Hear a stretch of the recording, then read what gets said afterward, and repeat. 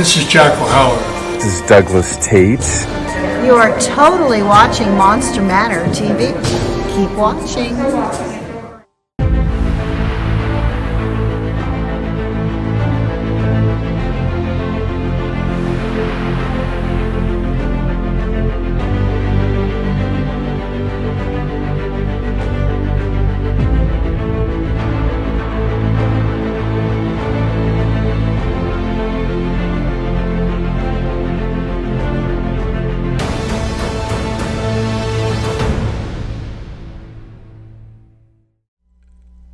Phantasm Orlando returns to the Doubletree by Hilton at the Universal Orlando Resort on Kirkman Drive. Special guests Nick Benson, FX artist on Nightmare on Elm Street 4, Night of the Demons, and more. Felicia Rose from Sleepaway Camp, Terrifier 2, and Victor Crowley. And Shockreel Cinema Film Festival is back and now accepting submissions. Learn more at phantasmofficial.com. Now, we'll scream you there.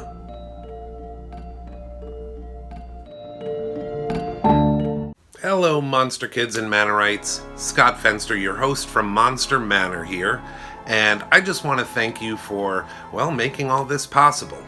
We're now on the Roku channel and Tingler Television, and that is no easy step.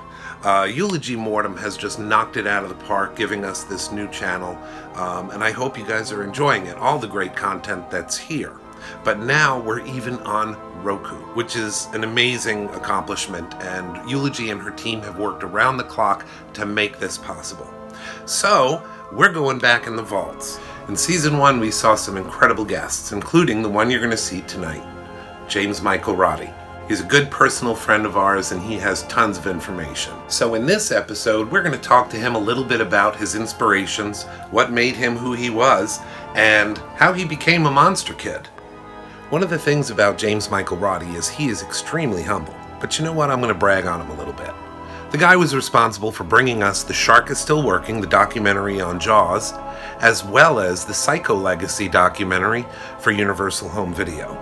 But even if you're a fan of Monster Manor and you think you've seen this show before, wait, because we've added some exclusive content only available here on Tingler Television.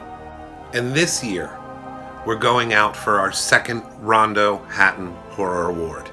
And you can help us with that by just emailing taraco@aol.com.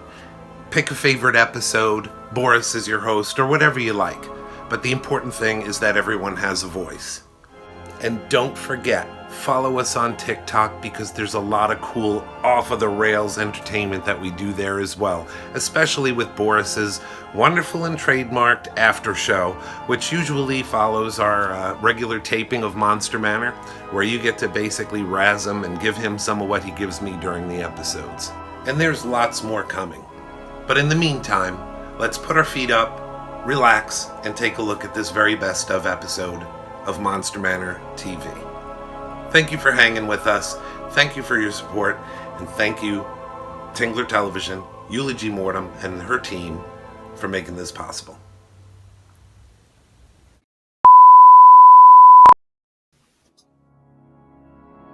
You have created a monster and it will destroy you.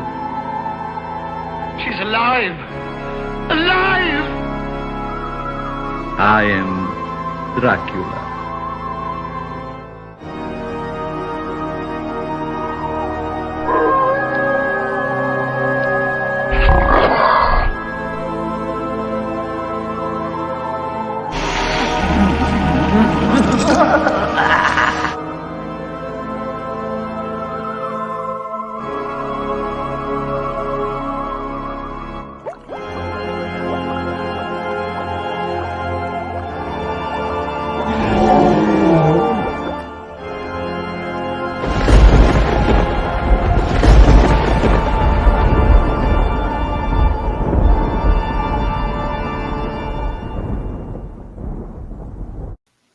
Welcome to Monster Manor.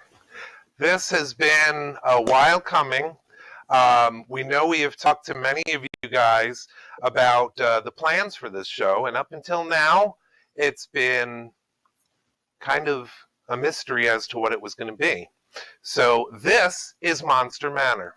It's a show dedicated to monsters, classic and neoclassic, to all of the people behind the monsters, which, yes, I'm going to be taking advantage of some of my friends and bringing them into this madness, hopefully without too much of a struggle. So, first and foremost, thank you for being here. This is the best, absolute best birthday present I could have, is to be doing this show and have all you guys here visiting with us in the manor. Second of all, I definitely would have to mention our sponsor, of course, Pache Airbrush. They help us out in the studio all the time, and this is yet another extension of that. And you'll see why in a little while. But this show, being number one, I had to have on a friend of mine who I absolutely adore. He's a fellow monster kid, and we met on a little event called Gillibration, if you guys remember hearing about that. And he came in like Superman to save the day with helping with a lot of the publicity and getting us nice ad slicks. And we became fast friends. So please allow me to introduce my good friend, James Michael Roddy. Hey! Happy Hello, birthday! how are you doing? I'm great. Happy birthday. I am so honored to be spending some time with you on your birthday and also be your first guest. I love it. I love it. I love it. Well, I can't thank you enough for being here, man. You were fantastic at Gillibration with both the presentation for Monster Kids, the panel interviews, and everything. We absolutely adore you. Thank you for being here. Thank you for making it special. Sure. And tolerating the blues with the first episodes. They're always so hard, but having you here, it makes it a little bit easier as well. Oh, thanks, man. Yeah, let's have some fun. That's what we're here for, right? Yeah. Monsters and fun. So, I know that, when you first got involved with the Gillibration, I was amazed at, first of all, that I recognized your name, and I knew, where did I hear that before? So could you tell the watchers here some of the other things that you were involved in that I absolutely know that they're going to recognize? Oh, sure. I would love to. I have been so lucky in my career thus far to be associated with a lot of the things that we all love so much. I used to be in the concept and creative department for Halloween Horror Nights at Universal Orlando for several years, where I worked on a lot of the mazes and the content and the characters and the live shows. And then I moved on to Disney, where I did a lot of stuff with Star Wars and Pixar and Marvel. I was very lucky with that. Also did Halloween on the cruise ship, which was a first for me, called Halloween on the High Seas, where I was able to create a live show that was an homage and a tribute to Ray Bradbury's The Halloween Tree. Which was very important to me. And then along the way, I love horror movies. I love movies in general, but obviously horror movies, especially the classics. And one of my favorite movies of all time, hands down, is Jaws. I think it's a perfect movie.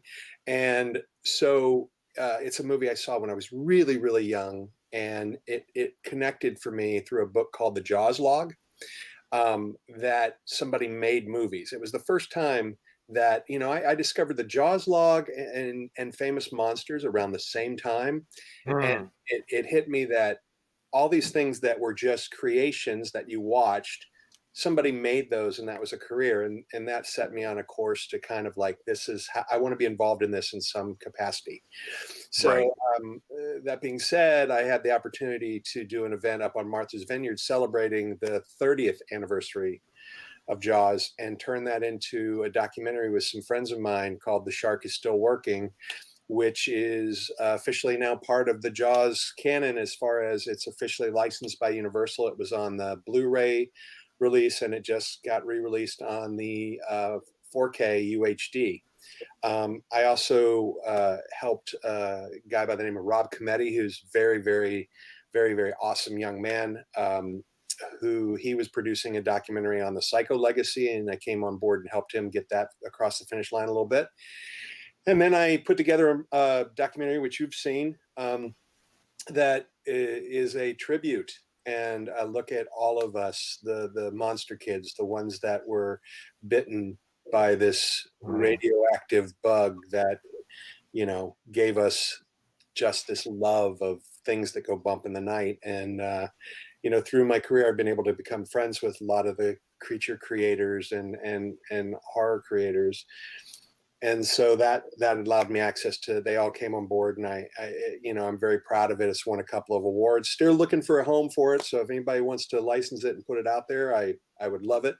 But no, I get to show it at special events and things like that. And it was a perfect home. You allowed me to show it at Gillibration, which is where we really met. And it was such a great event. You guys, I know you were crazy because you were building a full size creature suit that you were putting, I believe, your father-in-law in. Yep. And it was like your first big event like that. And I just came in, I appreciate the kind words. I just saw something that I wanted to go to. And I was like, how can I help you? Because I've done stuff like this before. And what can I take off your plate? And I think one of my favorite memories is just actually helping fix the lights for Rico Browning's photo op. Yes. And then just, David Scull was there again, and it was just a wonderful time. And I hope we're going to talk about the revenge of, or, Gillibration Walks Among Us, whatever you're going to end up calling it. Because it is something that monster lovers need to find out about and be a part of.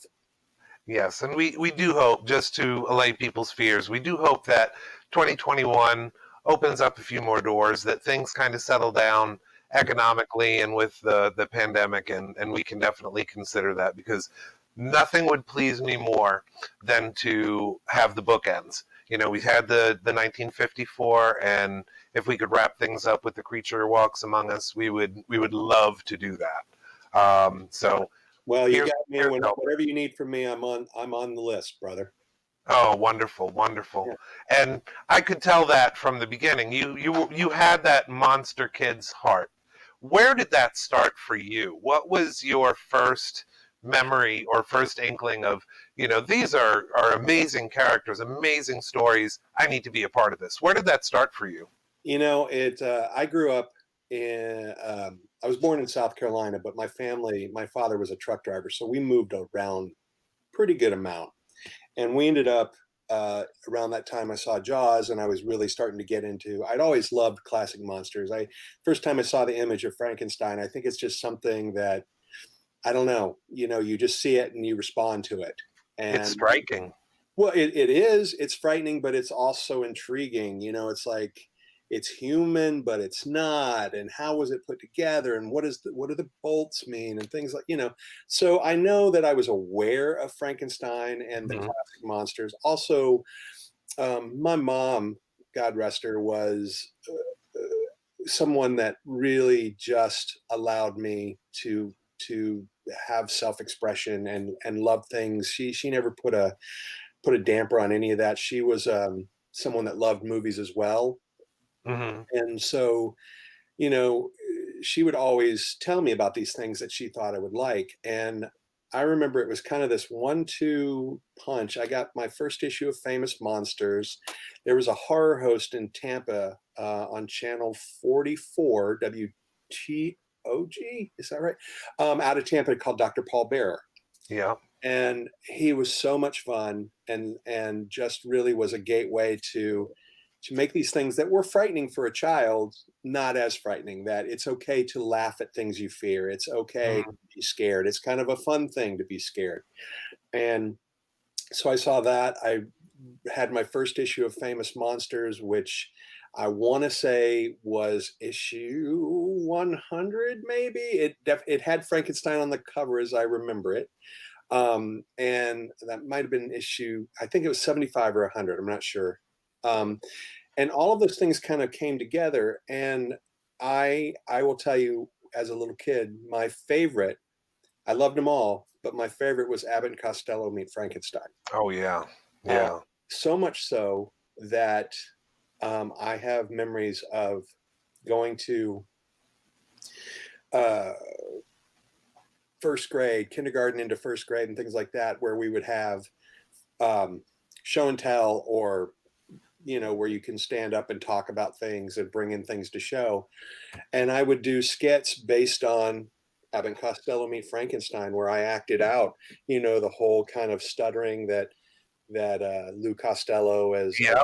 the check, and all of that. And I remember getting people responding to it, which made me go, oh, people love that. I'm not the only one that loves this. Other people love it. So how can I continue to create things based on this that people love as well? But that Right.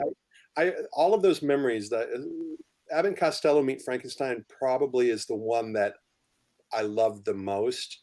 I loved Creature from the Black Lagoon. I loved The Wolfman.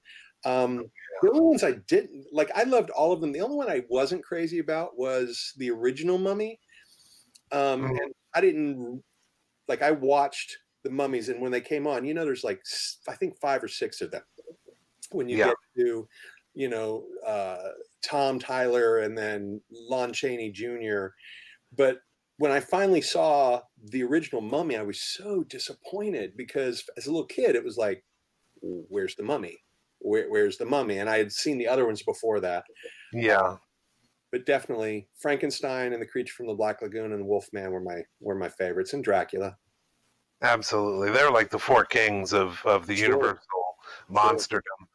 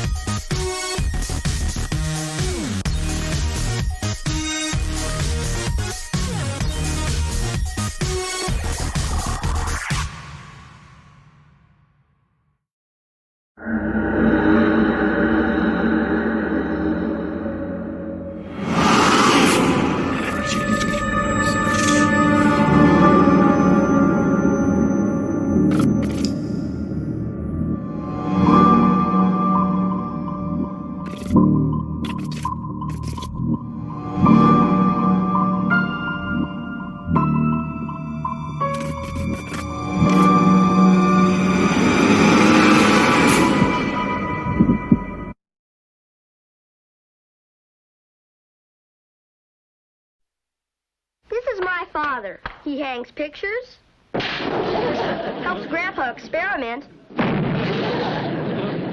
helps Mommy with the cleaning. Where does he get his go? From me. I lend him my Cheerios. Daddy says they're the greatest thing since bat wings. Mommy says they give him protein and stuff. Give your father some go. And he might play catch with you.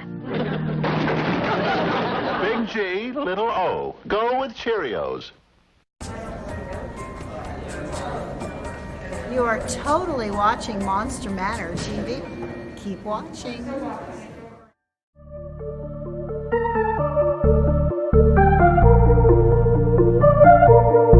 And it's funny when you look at the history of classic Universal monsters, we all can identify with that, but how close it was for those not to be even made, with the changeover of ownership at his 21st birthday. All of a sudden, Carl Laemmle Jr. has a new studio and is going to possibly take it into a new direction, or at least certain projects. Do you think that had he not picked that brave choice of Dracula, a literary classic, which was already kind of in hot water because of Nosferatu not getting licensing? So Right. Here he comes back and says, we're going to get licensing. We're going to get the Bram Stoker seal of approval on this. And the rest was history. Right. It's fascinating that you bring that up because again, some of these things that have lasted the ages uh, almost weren't made. Jaws was almost canceled. There's so many things like that you hear, and you're like, how is that possible? And I think it really boils down to that Limley Jr. knew how to that there was something that would connect to audiences at that time. You think 1931, what was happening in the country, the fact that he liked the idea of Dracula, but didn't really use the source material. Like it's got pieces and parts of the original Bram Stoker's novel, but Bela Lugosi, he saw Bela Lugosi, I think, in a production somewhere, and that story that was kind of the theatrical version is really what made him kind of say, I think this is viable. And Right. you also kind of think where his head is at that point too, because you have to remember, he didn't discount that movie as something that was like a creep show for Halloween. That movie came out on Valentine's Day, Valentine's Day, right. and again, I always love watching these movies, and especially if I find one that I haven't seen or haven't Mhm. seen in a long time, is kind of going back and knowing the history of it. So what was going on with audiences, so you can kind of put yourself in a mindset. And if Mhm. you think about that, you hear the stories, we've read them, where people were fainting and women were fainting and things like that. Dracula's is a it's a scary movie, and Bela Lugosi, that performance, because if you look at his entire career, Bela Lugosi had a lot of misses. He was a good Mhm. actor, but he had a lot of misses. But that one role, that one role really defined the character up Right. until this day. Good or bad, nobody can play that role without at least thinking about what Bela Lugosi did. Right. I think it's interesting too that All that. but also how, again, this they almost canceled it, right? They didn't want to do it. He Yeah. convinced them to do it. Well, It they was lost their intended lead. That right. was the It thing was that was originally, amazing. yeah, it was Lon- originally a vehicle for Lon Chaney, Mhm. which again, you think, what if? I wonder what he would have done. Would it have been more of the London after midnight look, or Mhm. how because Chaney was not a restrained performer coming out of the silent era, whereas Bela Lugosi, that film creaked, like, and Oh Bela, yeah. you know, and just, and then you follow that up the same time, Christmas that year, December that year, here comes what is the epitome of the universal classic monster for me, which is Frankenstein. Yes. They got it right with Dracula, but then Frankenstein said, "Well, if you thought Gothic horror was on display in February, wait till you see this." And that 1-2 punch that year just made Universal. I mean, Yes. and And a totally different choice for directors too. A totally different direction right, from Todd Todd Browning. Browning, James Whale, yeah. Yeah. Well, again, it's funny because Todd Browning obviously is a fantastic director. Hmm. He actually directed a film I can't watch anymore, which is Freaks. Oh yeah. Freaks is so disturbing to me. But what is interesting, and not to take away anything from Todd Browning, but then at the same time they were filming the Spanish version of Dracula. And if you watch that, they were filming it on an exact Hmm. opposite schedule. And the performer playing Dracula is a little over the top, but the Hmm. the cinematography is gorgeous. Yes. And almost you almost wish they had combined and let that cinematography kind of frame what Bela was doing. But again, it's still classic. Oh yeah. You almost have to watch them back to back. They're so different and so the same at the same time.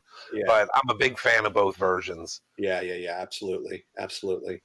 Well, and then also the thing that's very interesting to me is, and I'm sure the Monster Kids would agree, is when you watch Dracula, even today, it's like they're the the absence of sound makes it even scarier. That Oh, yeah. there is no soundtrack. You know, there's Swan Lake at the beginning, but just there's kind of that absence of sound that makes it a little more supernatural, if I will. And you know, I always wondered, like, oh, they shouldn't do a soundtrack, and then they did with Philip Glass, which it's interesting that they made that decision during that time to, you know, whether it was financial or not would be fascinating to find out. But that movie really does set a tone for what Gothic horror became. Then followed by Frankenstein, which just cemented it. Yeah, and they did the same thing with Frankenstein. Other than an opening score, there was no score to that. Right. That all changed, of course, with The Mummy and mostly Bride of Frankenstein. They got very flamboyant with that one. Right. But Bride of Frankenstein is one of the best scores of all time. Oh, yeah. And it just it's so beautiful and so haunting and so melancholy. You know, that it really does echo what's happening with the monster. Well, yeah, I mean, the emotion in the shack was amazing. Yeah. Then you go to the opposite end of that with the bride when they reveal the Bride of Frankenstein, and they have the bells. You know, they almost make it into a bride's. Yeah, like a wedding march. Sure. Yes. Yeah. Very bold choice for a monster movie, though. Well, and you know, you also think about James Whale. I think at that point he had a little bit more of his sensibilities. I think they trusted him a little bit more. Like Frankenstein is pretty much straightforward, a horror film, but then Bride, there's quite a bit of kind of social commentary in that. There's a little bit of camp in that, you know. Like when Pretorius has the small miniature people, which I still to this day don't understand. Yeah, that was a little out there, wasn't it? Right, but you're like, you know, it's in the confines of that. It's like Bride of Frankenstein, I would say, is more of a fantasy film than it is a horror film. Mm-hmm. Yeah, definitely had that. Beautiful. The design, oh my gosh. And, you know, I mean, Karloff was on record in his later years about having the monster speak and how he may not have wanted to do that and things like that. But again, all of those things now are still prevalent. You know, when you think of Frankenstein, you think of him saying fire, bad, you know, and all of that, you know, I mean, 70 years on, right? Yeah. 90 years on. What am I thinking? Yeah. And considering that Frankenstein itself is only a little over 200 years old, the original story. Right. Wow. Right. But I mean, taking that original source material and then being able to visualize it the way they did. Right. McFadden's sets and the cinematography again, and just the fact that both Browning and Whale were artists at heart. So every frame of that film, it's filled with just great architecture and emotion. Oh, absolutely. And despite those monsters, Laemmle's reign at Universal was very short-lived from what I've read. You know, it ended like what, 36, 37? Yeah, So if I'm not mistaken, it was the musical Showboat. They did a version of Showboat that was so expensive, and you know, it was that kind of thing. Like now, you think about films like Heaven's Gate or Ishtar or Cleopatra. These things that the studio was like, this is absolutely going to be, you know, a huge hit, and it just it wasn't, and it really, I think that was the end of Laemmle's reign, which is unfortunate.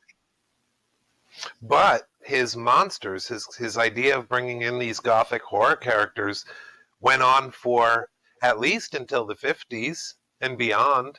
Oh, sure. Well, and in fact, it's ironic to me that even today, you know, they still are trying to capture that lightning in a bottle, if you will. Right. the fact that they did come back to that well. So anytime the company seemed to like have a lull or have a bad year, they're like, let's do another one of those. So you had, you the know, re-releases and the absolutely. sequels. Well, sure. I mean, then you had Son of Frankenstein, you had Right. Dracula's Daughter, you had the series of mummy films, then you had Ghost of Frankenstein, and I think the big resurgence really happened with Frankenstein meets the Wolfman, because then that launched into let's combine these characters. So Yeah. you had Frankenstein meets the Wolfman, then House of Dracula, House of Frankenstein, Abbott and Costello meet Frankenstein. Hmm. And even throughout the later years, like in the 70s, the fact that they redid Dracula, which is an amazing film, the John Badham version with Frank Langella, I think is Oh really, yeah. again, with an amazing score by John Williams. And then even recently, the fact that they tried with Van Helsing, they tried with The Mummy. Mummy was popular and is a fine adventure film, but they still haven't captured the essence of what I think we all love about the classic horror films, right? It's like Right.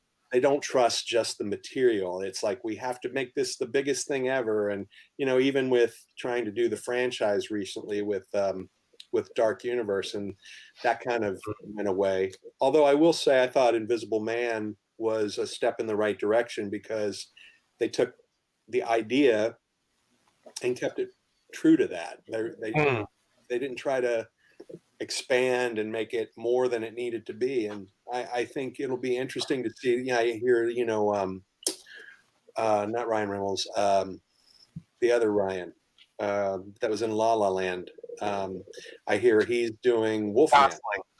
Yeah, Ryan Gosling is going to do a version of Wolfman, and Mhm. that sounds great to me. And every so often you see something pop up. This person is trying to put together a new Bride of Frankenstein or a new Van Helsing or what have you. So, Mhm. those characters, Universal keeps going back to them, and I think that's very telling. That at least they recognize that somehow those films connected in the Wayback Machine, and they're Mhm. still beloved today. I mean, we keep buying versions of them when they come out on Blu-ray and with new Right. special features. And the one that they released a few years ago, where it was Dracula, where it was restored, it was like Yeah. a new film. It was so gorgeous. Yeah. Yeah. Yeah. The Frank Langella one, I think, just had two versions that were out there: the theatrical release, as well as a director's flair that kind Yeah, of changed the color tone. I mean, there's beautiful stuff that they're doing with these newer movies. yeah. Dracula Untold always comes up in our family. I'd Mhm. love to talk with you after we do Boris's week in review. I would love to talk to you more about where the legacy of the Universal monsters might be going, especially with the theme park talk about Epic Universe and Dark Universe. That seems to be up in the air with all of these rumors of, remakes and reboots and Yeah, everything. So it's a great segue. But sure. we do have to introduce Boris into the mix here, Boris, and he owes me money. I think you'll like him. Yeah. He's a very interesting fellow. He has a unique take on things. So when we come back from Boris's review, remind me, we're going to talk a little bit more about the legacy of the monsters and where that might be going into the next few years. Great. Okay, stick bring on with us. Boris. Stick with us, and we'll be right back after Boris's little intro here. All right.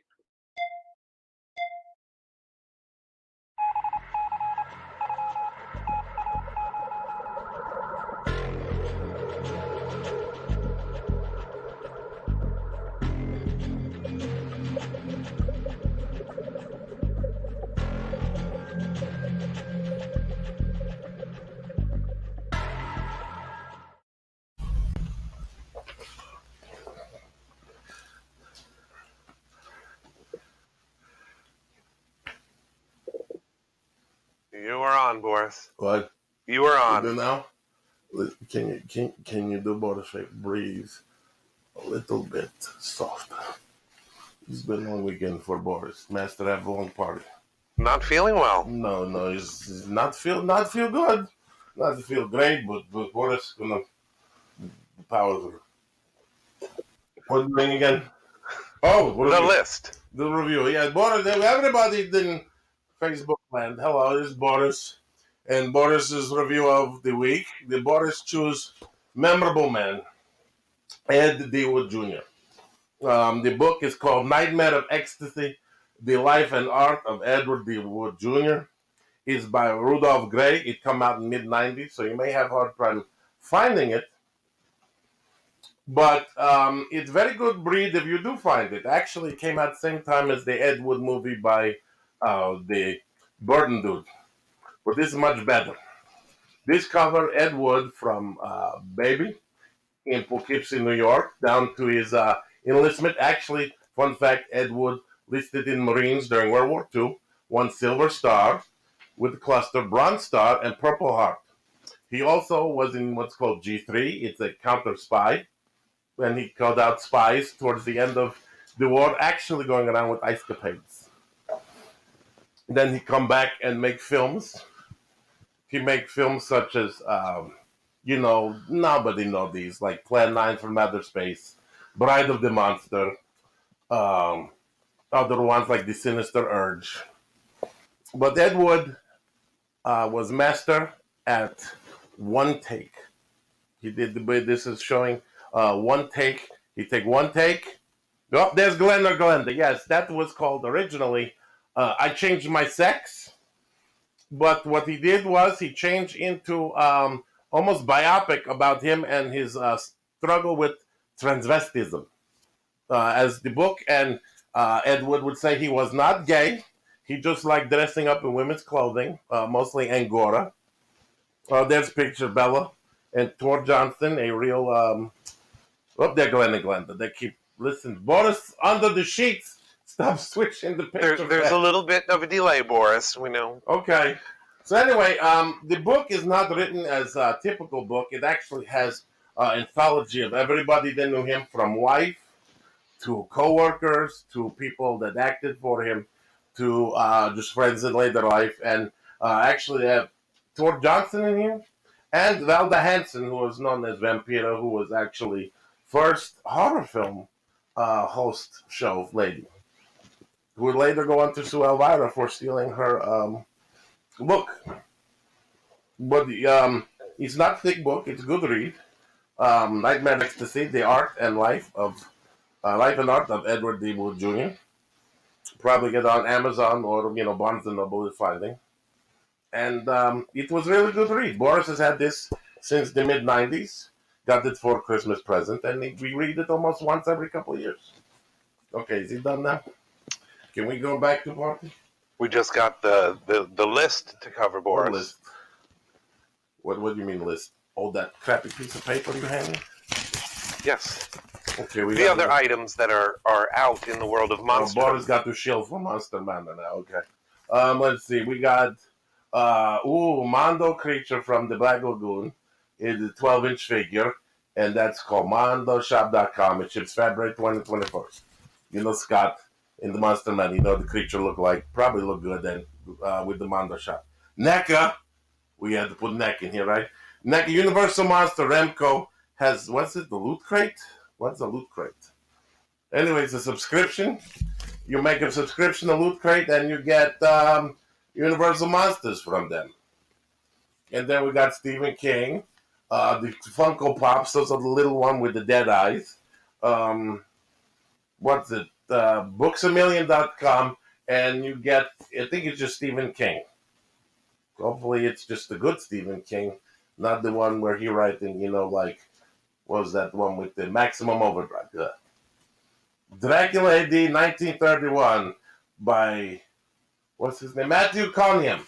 He sent us a PDF Boris is going to read and will actually review in the future. Thank you, sir, for your generous sending of the book. But if you want to read early, you buy the book from where? Amazon and Hemlock Books. What else? We got Mark Spears has a Kickstarter, where you give money and he make the monster cards. Well, apparently the Kickstarter is funded, but you can never give too much money to Monster cards, right? Maybe you get something cool, and they do. Why I keep banging into this thing? Spencer, you need a bigger set. Where are we at now? They're gonna make a reboot with little known actors Chris Evans and Scarlett Johansson. If you know Chris Evans, he did that one-off Captain America role, and she did that one-off Black Widow. Boris never watched the movie. You probably never saw them either. And Clive Barker got Hellraiser rights back. Good for him. It says Hell with one L, Mr. Spellcheck. And they're going to do a Van Helsing reboot. Now, maybe it's old man, maybe it's new man. You know, if you like the Jackman, Wolverine Van Helsing, that was good. Boris, sad, slept through a movie, but it was all right. James Wan going to take that. And then we got, here we go. In Parsippany, New Jersey. Jersey? Well, we know Boris not going to judge. He lives in Bellevue. April 23rd to the 25th. Chiller Theater going to do shows. And you can get tickets at chillertheater.com with the www with the dot. Or you just type in Chiller Theater. Boris got computer from 1995 still on AOL disc. And now we got the birthdays this month. Really? Boris have to do birthdays? Is he like Willard Scott from Today's Show? All right, on the 17th, we got 3 people. The immortal Betty White, who gains quickening when any other celebrity die. She is actually 1923, and she's older than sliced bread. It's true, look it up. Brian Hegland, he done Nightmare 4, The Dream Warriors, and a bunch of movies, and The Knight's Tale, where Heath Ledger fought people with sticks. And the third one is actor Dennis O'Hare. He done True Blood and American Horror Story. So everybody on the 17th, you got to go to their sites and say happy birthday. Here's a gift card to, Applebee's or something. Are we done now? Boris gonna pee. He does. He drank too much tea. And he went over there where you talk to Mr. Big Shot. He can't make no noise. You're broken from New Year's, aren't you? I am broken from New Year's. Never, they say beer before liquor is quicker than that. Boris drink nothing but whatever the master leave out in jars.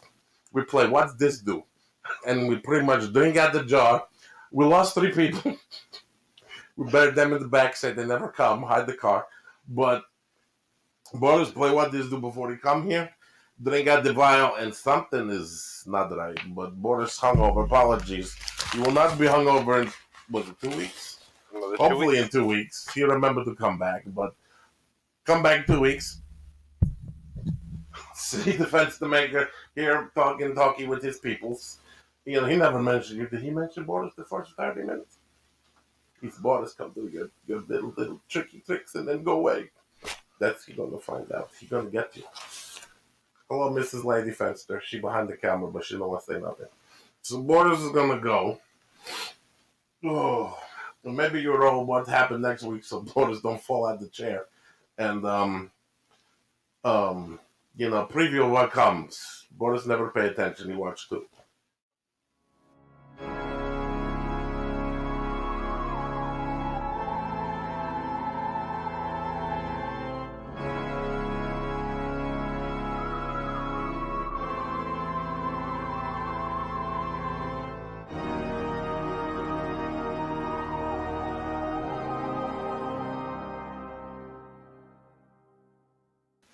So, welcome. I'm going! The check may not bounce. We hope not. I hope not.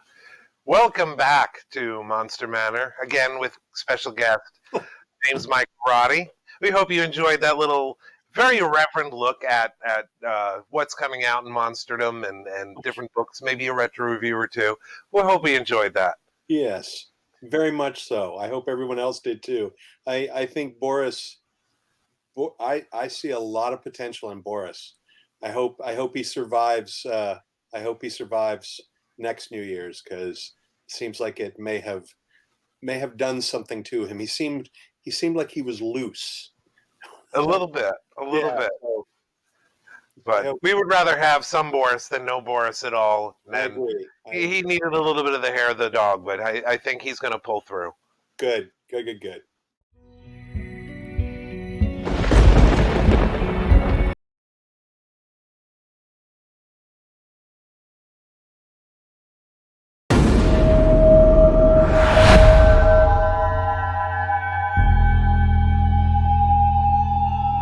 you made it. Welcome to AEO Studios. I'm just your old pal Roach. Here, you want a bite? Never mind. This is where we make the monsters. Just like a secret laboratory with mad scientists. Really mad. Yeah. Bits and pieces of old friends, We'll show you some of all of our goodies.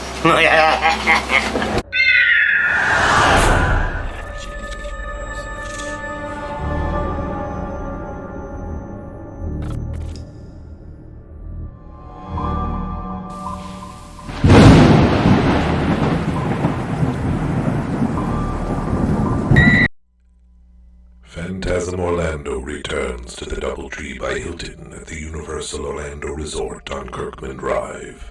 Special guests Nick Benson, FX artist on Nightmare on Elm Street 4, Night of the Demons, and more. Felicia Rose from Sleepaway Camp, Terrifier 2, and Victor Crowley.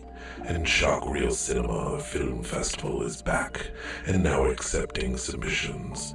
Learn more at phantasmofficial.com. Now, we'll scream you there.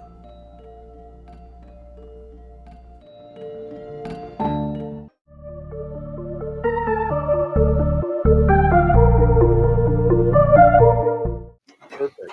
So when last we were talking about the lasting legacy of the Universal monsters and those that were born in the 30s.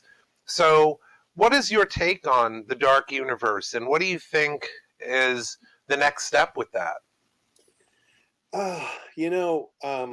When I heard the rumors come out, and then you kind of, especially with Epic Universe, which was Universal's new park, everyone kind of, I think, held their breath because it looked like, okay, we're finally going to get the immersive land that we've always hoped for. Mm-hmm. Because really, up until that point, and I was at Universal for several years, and it really was hard to convince people in higher positions how relevant the monsters still were. My last Halloween Horror Nights, we were lucky enough to do work with Rick Baker, and we put together a maze based on the Wolfman, the reboot that they did a few years ago. Mm. And one of the things that myself and the rest of the team decided, we're all huge fans of classic horror. We said, okay, well, we have the Wolfman. We're also going to do a Dracula and Frankenstein.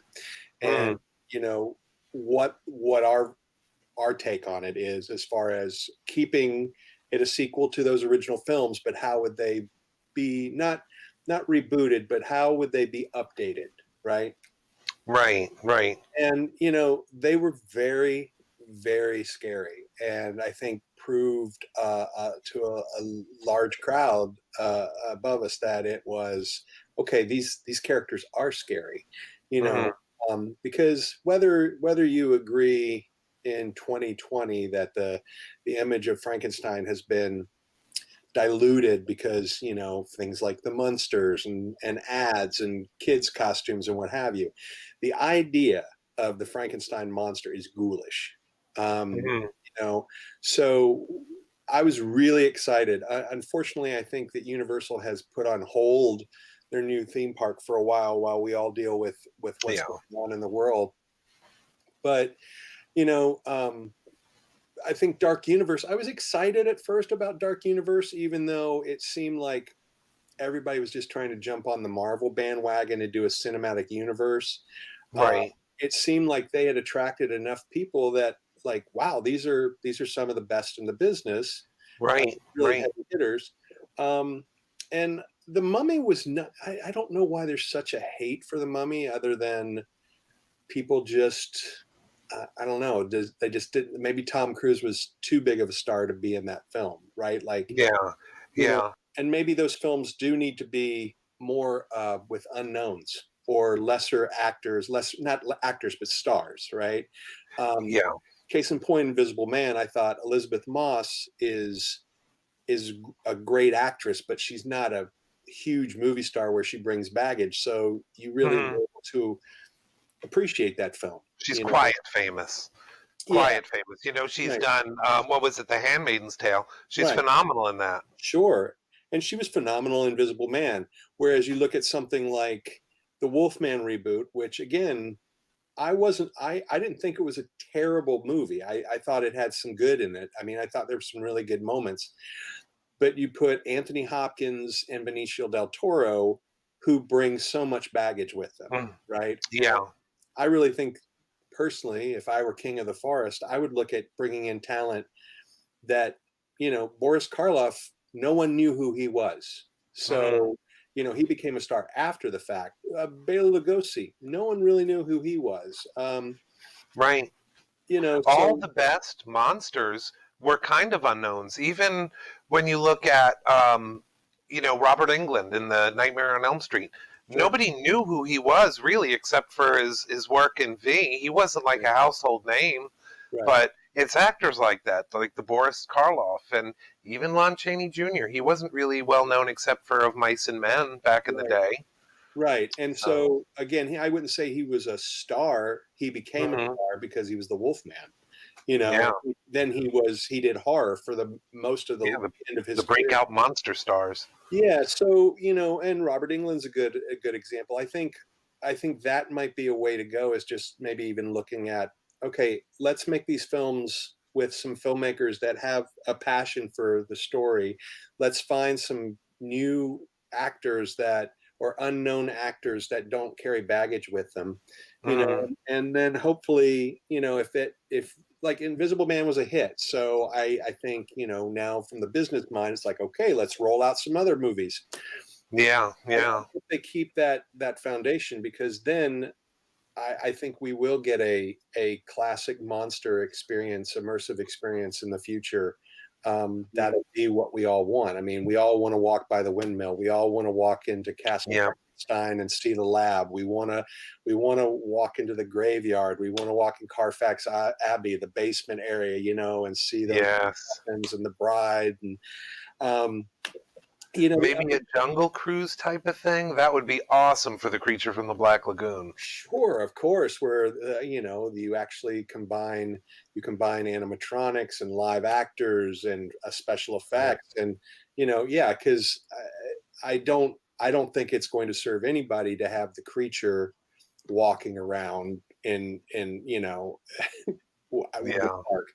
It's interesting because years ago they tried to do a camp thing with the Creature from the Black Lagoon in theme parks called Creature from the Black Lagoon, the musical. Yeah. And so and again, I remember hearing that and going, I love the Creature so much, but I was like, well, you know, Little Shop worked because they grew to a style.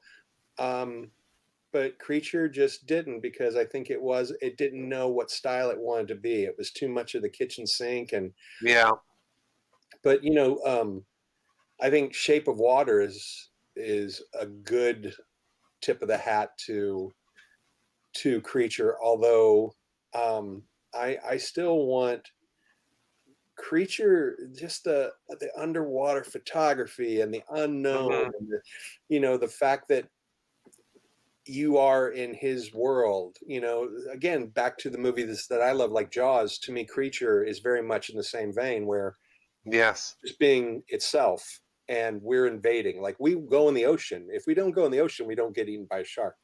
You can't fault him for nature. Right. And I think Creature, that element is what makes him so scary, is that he is the master of his domain, right? He knows that he's lived there. And we're visiting, and you know, the pretentiousness of human nature to go, well, I'm human, I should be able to go in here. I should always right to conquer. Yeah, we actually had that conversation here in the shop, and around the time we were doing the Suit for Gilibration, because we're like, this is such an echo message if you think about it. It's green filmmaking to its highest order, and here we are, you know, literally 65 years later, And we're still having the same issue of people just going in where they don't belong, Right. marking it as their own, destroying. I mean, it was kind of weird watching the movie and seeing that they're just chopping into rocks and stuff like that and destroying history. And I mean, this is the story that's told over and over and over again. But I think you're right. At like that take on a remake of Creature with the right effects, right? Again, like it can't. I don't want it to be CGI. It needs to be whether it's Doug Jones in a suit or whomever in just an amazing suit.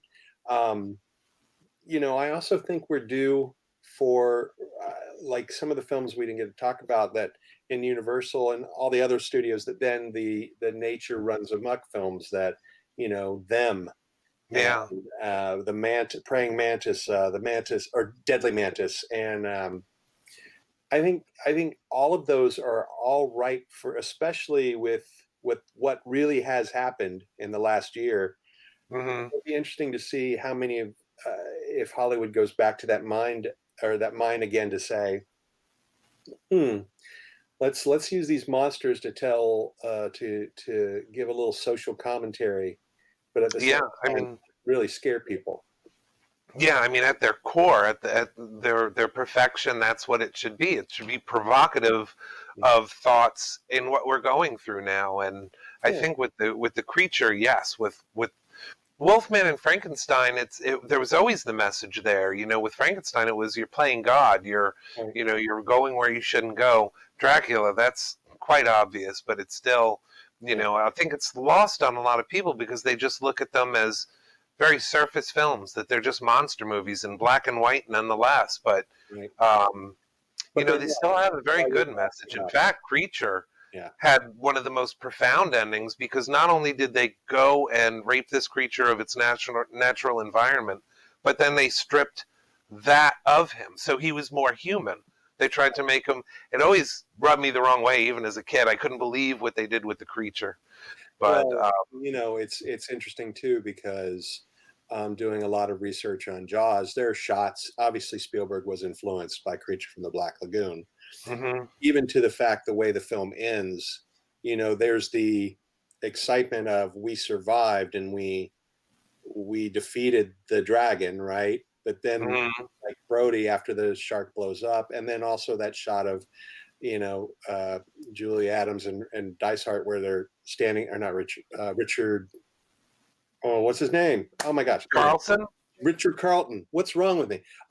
Where they're standing there at the grotto, and you see him sink down dead. It's like those movies with a little bit of sadness. Like, what did we do, and was it really worth it? Like, they realized like we just killed something that didn't really do anything to us,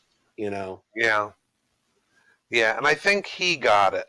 That was the thing, but it was lost on a lot of people. The messages were very deep if you looked for them. I hope that we can actually get back to the core of that, and Dark Universe looks in another direction, like we were saying, less popular stars for more acting, better acting. Because again, if you have this megastar, they're all the attention. They're taking the attention away from the message in the movie. So I wish them luck with it. And I really do hope that we can get, the epic universe off the ground, because again, it's about exposure. My kids, they know about classic monsters. They watch it. They live it. And it's not so bad if you get into it. No, not at all. They're great stories. They're great stories, and they were done by artists like yourself that, like your work. I mean, there's a part of me. Let's just do one. Like, let's just Kickstarter one and see if people, all the monster kids out there who want this kind of content, let's just make something low budget and enjoy it, right? I mean, what is the next creature? What is the next creation that resonates and for the kids that are watching today? Because I know, like your kids and my kids, we obviously gave them a pretty healthy education. We didn't force it on them, but they were like, "Wow, you're passionate about this. Let me see what's up." And then it translated. And I know lots of younger folks that have a love for those characters, and that's what, when I did the Monster Kids documentary, one of the last questions I asked everyone is, in 100 years from now, are we going to be talking about Frankenstein and Dracula and the Wolfman? And I can't. I think it was Tom Savini who said, "We're still talking about Romeo and Juliet." Yeah. Why wouldn't we talk about their great stories? They're our mythology, So yes. So I'm excited.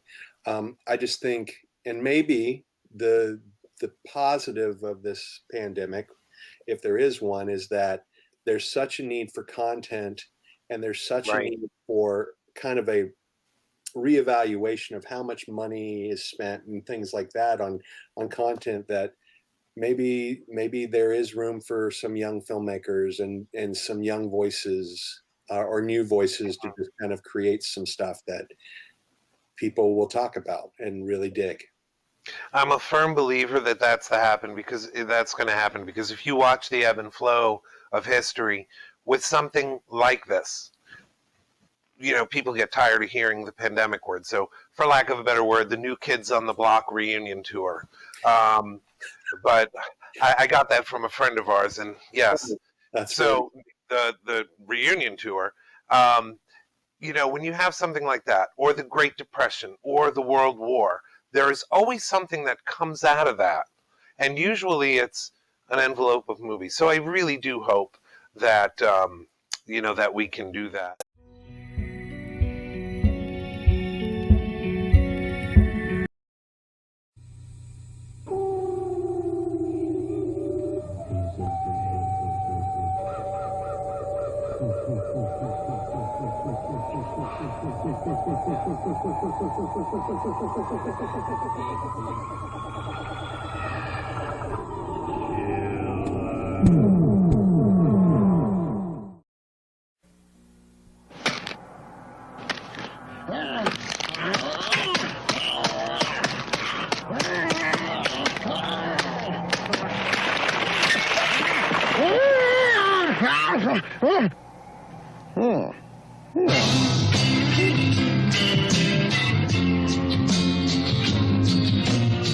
Dear Bick, you're probably not going to believe this, but... Hey there, it's your pal Boris. Now, Boris knows conventions. He's been to a couple, he's hosted a couple, and Boris likes to walk around and see who's out there selling what. And Boris found Primo Cardinale. This guy is a great artist. You need a gift for a friend and a horror freak or a sci-fi freak. You go to Facebook and you find Primo Cardinale and you throw him some of your money and you're going to get a nice quality product. Boris got Phantom of the Paradise. He bought that for himself, and they look great. They're up in the Manor, and even the Master love them. So, Primo Cardinale, master artist, you're going to love his stuff. Tell him Boris sent you.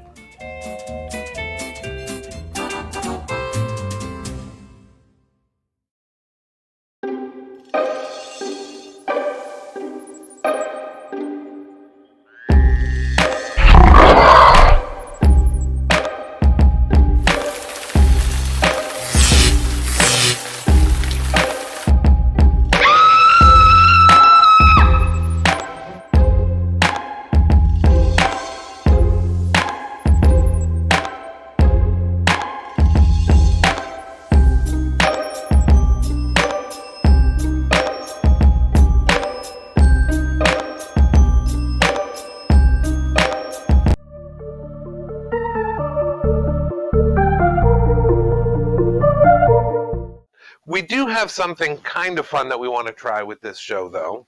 And I was wondering if you would be interested in playing along with us for a little bit. Sure. This is where I get to play the James Lipton a little bit and find out what makes my friend Michael Roddy tick. So let's go back in time in the Wayback Machine to a 6-year-old little Roddy. Mm-hmm. What were you watching on television when you were eating your breakfast pancakes or your Fruity Pebbles? What were you watching? What was your favorite cartoon when you were 6 years old? I have vivid memories. It wasn't. I mean, Saturday mornings were usually cartoons. I was lucky enough that every morning before I went to school, I would sit down and have breakfast, and my mom usually made me a peanut butter and jelly sandwich. Mm-hmm. I would watch the 1966 Batman series. Oh, that's awesome. And those memories, I love that show. I love it today. The colors, the humor, it was just wonderful. That and Three Stooges and Little Rascals were the two. That was the hour before I needed to leave for school. Were those, and it really kind of tells you a little bit about my comic sensibilities. Oh yeah, definitely. But that's what this interview is about too. This part of the interview is to find out what makes you tick in a very non-traditional way. Sure, love it. So here's a classic argument: toilet paper, over or under? Over, easily. Over, definitely. Yeah, no exceptions, under right? Ridiculous. Under just tears, and it's ridiculous. And yes, okay, I can get behind that. How about your all-time favorite song or your favorite chorus from any song? My favorite song has been and always will be "Let It Be" by the Beatles. Oh wow, that is my meditation, if you will. I just kind of that there are things in this world that you can control and you can't. And the things that you can't, let it be. Just let it be. It'll all come out in the end. It'll all work out. Here's a related question to that then. You mentioned that, and I absolutely agree with you. That's one of my favorite all-time, that and Imagine. But did you see Across the Universe? Being a film lover, I'm sure you have. Of course, yeah. That version, didn't it give you goosebumps when you heard that version of Let It Be? Absolutely. And it's interesting because, not to go on a tangent, but my daughter recently discovered Elton John through Rocket Man. And I like Elton John a lot, but I watched Rocket Man, and there's a version that they do at the end of I'm Still Standing that is the equivalent of Let It Be In. And that version, I'm Still Standing, now has become my mantra for kids. And what's your favorite word and your least favorite word?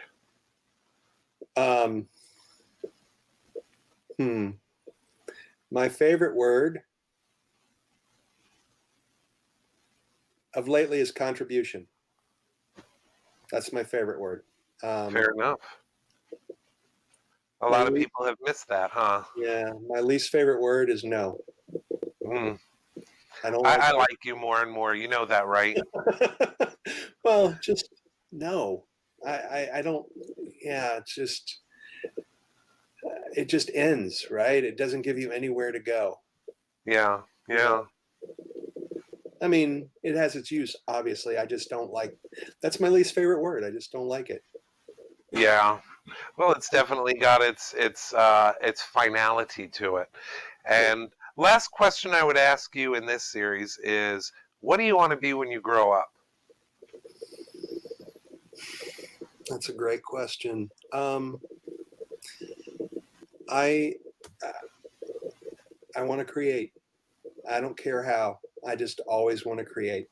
I've had a great run and did some great. I had great opportunities and did some great stuff. And but that chapter is now closed, and I'm looking for. That's what I did with the book with Haunter's Tale and Haunter's Tale 2 is just find ways to create and not be reliant on anyone or anything. You don't have to be to create. So that really is what I want. I just to keep on creating. That's it. Yeah. Well, let's create stuff together. We definitely have to do that. Keep this alive. Would you consider coming back and talking with us maybe later in the season another time? All you have to do is ask. I am at your beck and call. This has been a joy. Wonderful, because we would like to talk more about Haunter's Tale, because it's an absolutely wonderful 1 and 2 that are out, and it's a great set.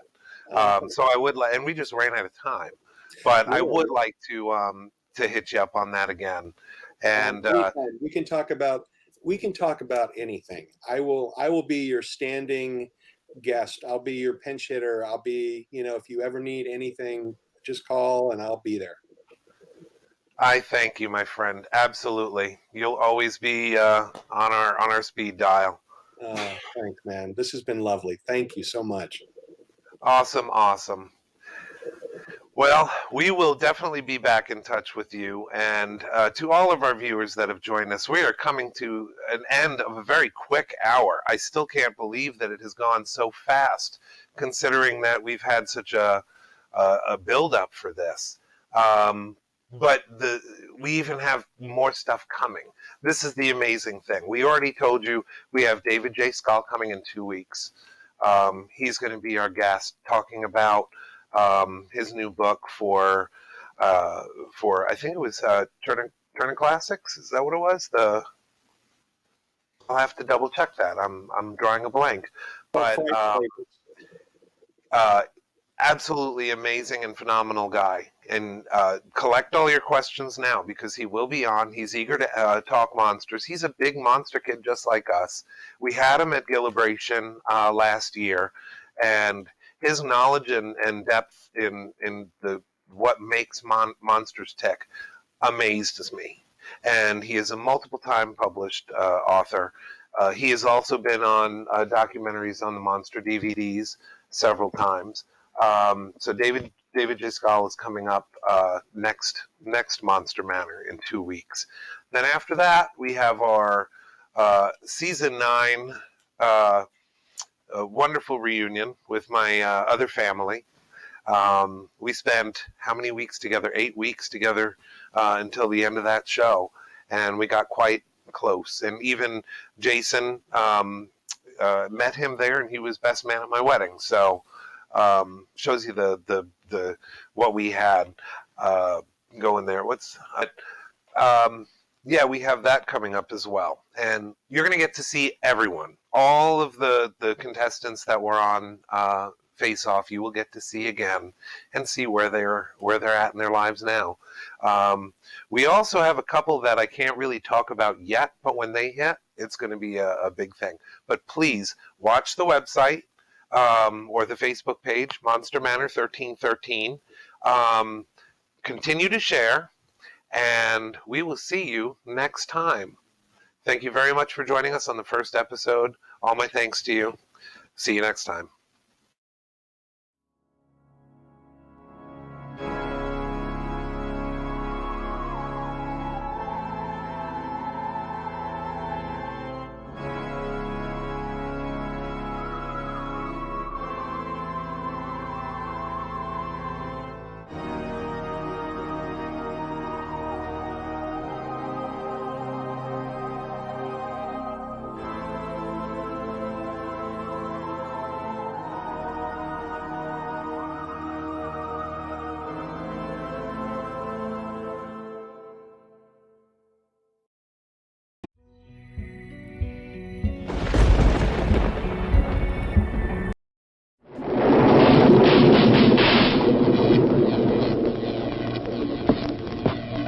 Igor, go and get me what I crave.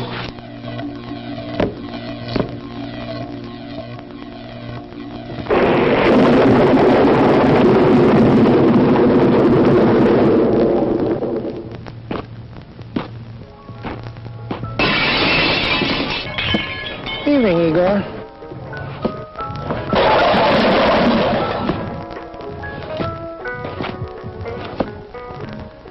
If you want a better orange soda, made with more natural orange flavor than ever before, try Shasta.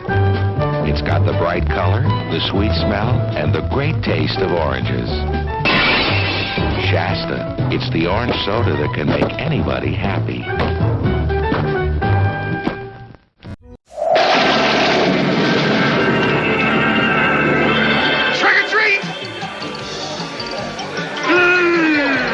I knew I should have worn a costume. Yo, Bo Peep, what you got in your bag? Introducing Roy Rogers' Big Chicken Deal. 2 plump and juicy pieces of fried chicken, hot, crisp fries, and a fresh baked biscuit.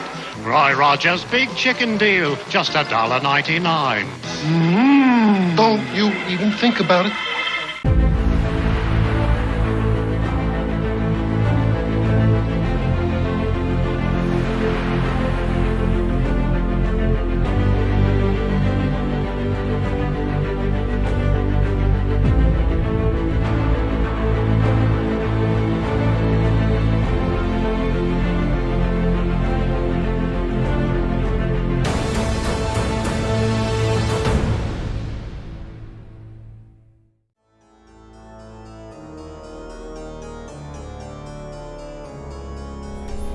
Hi, I'm Beatrice Buckley, otherwise known as Amanda Kruger, and you are watching Monster Manor.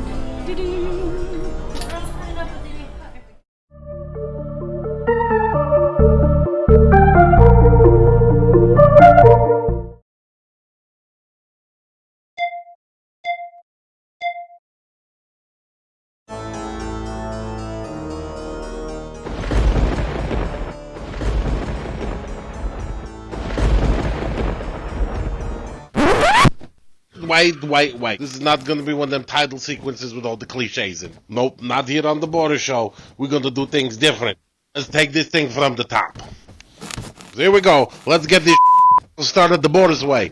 Okay, Irving, do your thing.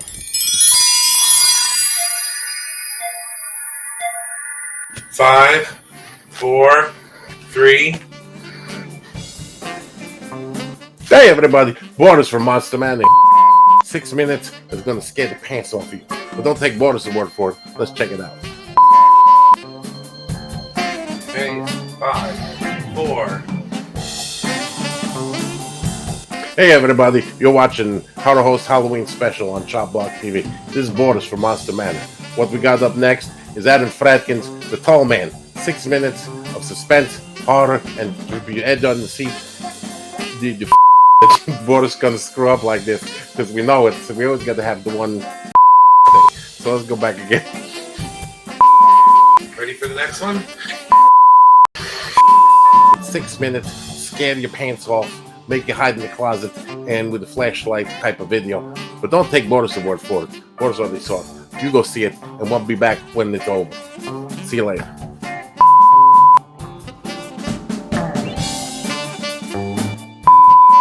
Six minutes of spookiness that you're not gonna believe. It's gonna be mush mouth, goddamn.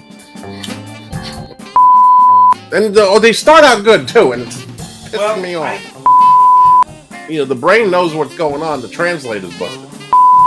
Probably a really nice guy. Yeah. But yeah, might feel like, hey, here's Borders here. Then you watch the Monster Man Halloween special and feet pics on the Chop Block TV. We're gonna see producer lady's feet when she throws the chocolate, and then we're gonna see Face Mega kicking Borders in the ass. Borders jiggle, but the band jiggled the thing. That's okay. That's what we get. We don't pay nothing, so that's, you know, we broke. Borders gonna get like, you know, money for the maybe Borders, you know, in Fantastic. You never know. It's just glory. Look for the. I know. That's fine. Blueberry number 2, folks.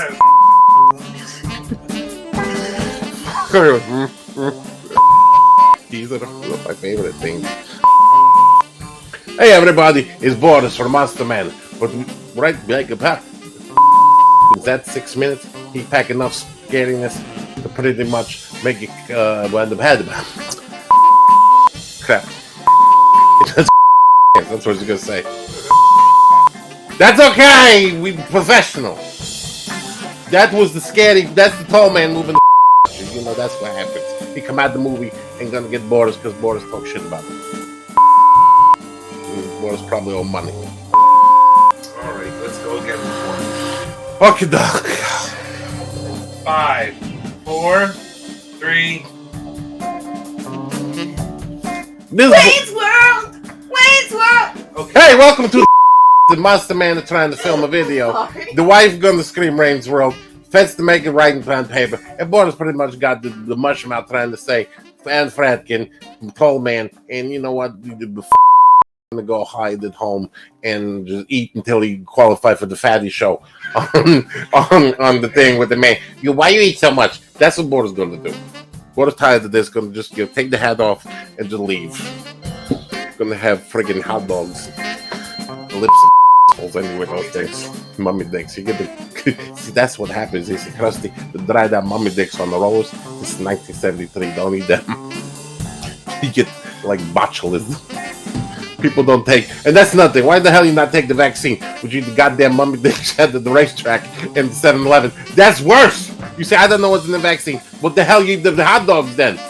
Or the breakfast sandwiches at the Wawa? Nobody knows what's in them. This has been the Boris rant. Let's get back to actually making real money. Hey everybody, Boris from Monster Manor here. But that's not important because you're watching the Horror Host Halloween special on Chop Block TV. What we got next for you is 6 minutes of sheer terror and crappy pants fun called The Tall Man, directed by Aaron Fratkin. So you watch it. Boris gonna sit here. He already watched it. He's scared. So you come back and Boris is gonna tell you, I told you so. And that there's gonna be a lot where like, hey, he said that this one's scary. Okay. Go. Go ahead.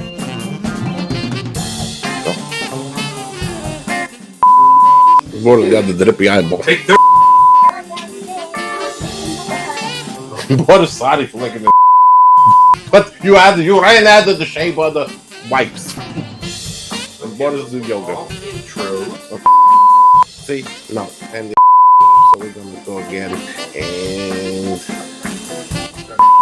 again? yes, that'd be One second. Get clear. Get the butt. That's what happened. The more you need to eat, the more water. Who's Jason? You're Jason. Oh. I'm like, what the hell? I'm like, hey, Jason. You're Jason. Hey, Jason's going to come and talk to Best Make about stuff.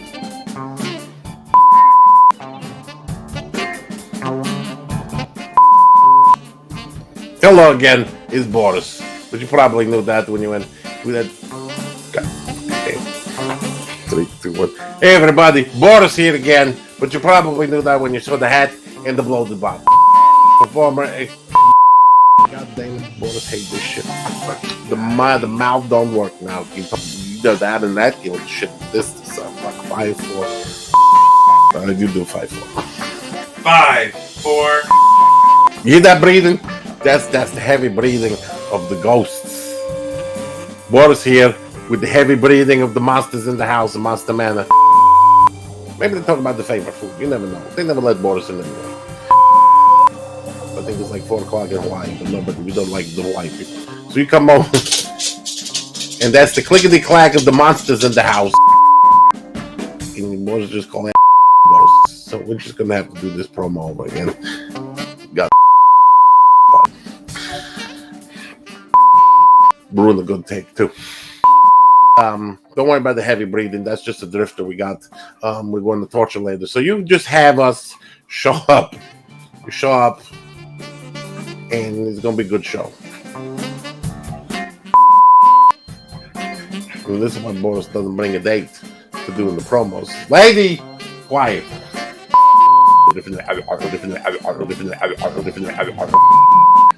Hey everybody, Boris from Monster Manor here. And as you can tell by the heavy breathing and the barking that the werewolves are here. It's really good, and him and Fence the Maker are going to talk shop. And pretty much compare pretty much latex, gaffquat. What the favorite sculpture is. Who knows? You know what they do. Boris is always outside anyway, and then he come in for 15 minutes. So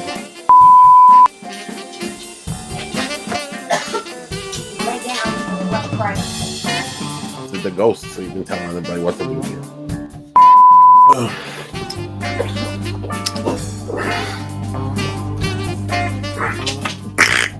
Put it down. You need it more. Put it down. Pull my face up. Boris interaction. First, the maker gonna talk to famous TV and movie. Thing crushing my head. As you can hear, everybody's running to the Monster Manor. Nope, that's cool. That's good. 5.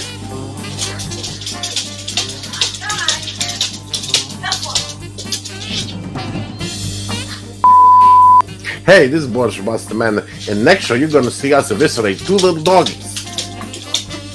We're going to play Kick the Tripod, and can the other one get out of a barrel 6 feet under the ground?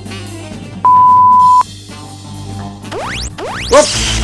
There we go. There we go. That's a good one. That's a good one. That's cool. And Boris is done. Get the towel. This is what Boris does. Just to make something, and we put this there. Boris got to sit here with the friggin' light thing stabbed to his head to make promos, and he gets 15 minutes. This is tough because Boris gets 15 minutes. Got to sit here with the full thing on in the promo, and then the clackety of the goddamn dogs. Get the heavy breathing of the stone dog, the clackety and the tripod to go over like a friggin' Vienna sausage mutating. And then breathing, and then Boris got to make promo and crap. Professor make him pull something out of his ass. So, you know. This is what Boris does to get famous. You know what's under here? Fish. Literal fish. That's to make him put fish. But this is cocaine. Boris is gonna work for Bow Wow. What the hell you said? Go. Get out of here. Boris gotta go bathroom. What's the safety word? It's banana. Well, that's last week's. Ow! It's the rutabaga. Rutabaga, please. You're gonna need to wear a diaper next time. That's even worse. Man, baby Boris. That's bad. This is what he does for you people. Boris don't want to say nothing because it hurts.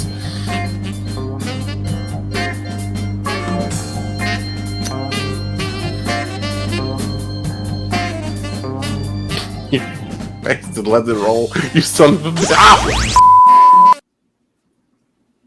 Okay, you can go, Boris done. Go. Boris got to get up now, his butt's falling asleep.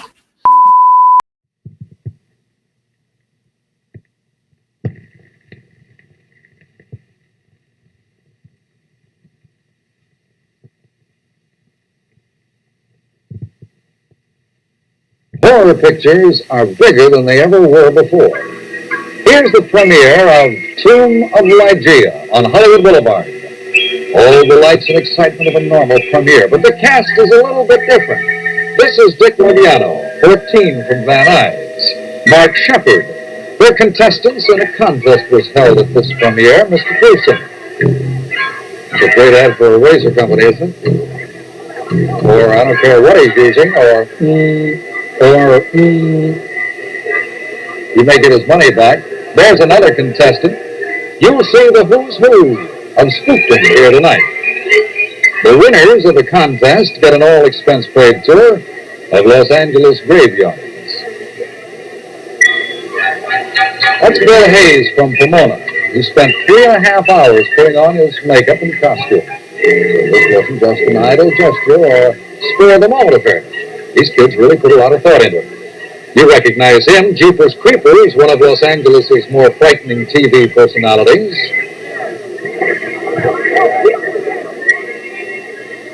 A late arrival. Seems they couldn't find the key to the cemetery gate.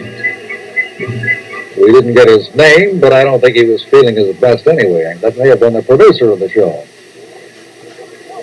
No, that's Joe King. A little head problem, but we got him in there. This was Hollywood's first ghoul premiere, and the producers have threatened to put out more of them. One wag was heard to remark, I don't think I can live through another one. The star of the picture, Vincent Price. We'll play a little game if you want to. Guess which one of these spooks are alive. Who's alive? Which one is? That's Elsa Lanchester, very much alive, Vincent Price. But some of these cadavers are alive, some of them aren't. You gotta look very closely. That one's not alive, I'm sure. I think.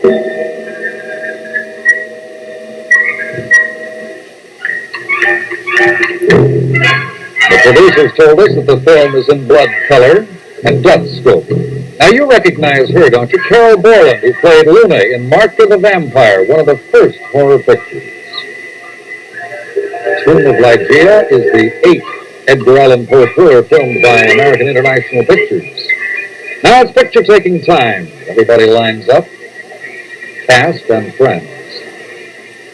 Probably the greatest gathering of terror film personalities since the one in which the Wolfman married Frankenstein's daughter and discovered that Vampira was his mother-in-law.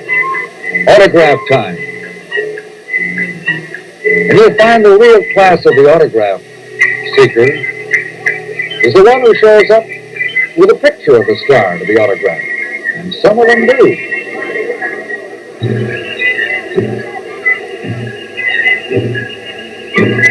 Vincent Price served as one of the judges in the Mr. Gruesome contest. Arrived in a horse-drawn funeral carriage.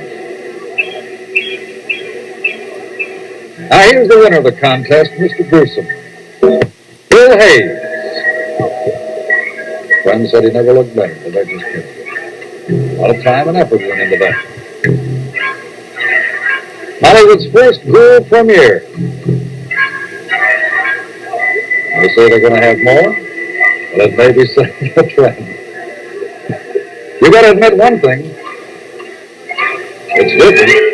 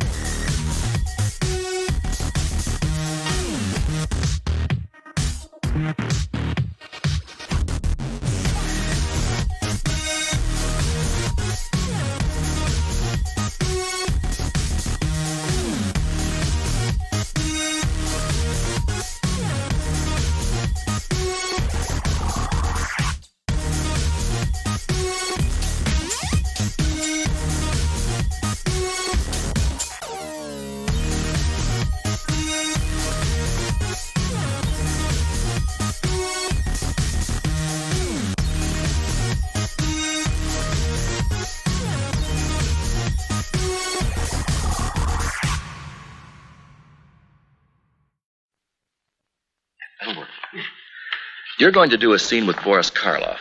Your lines will appear right here. Read them loud and clear.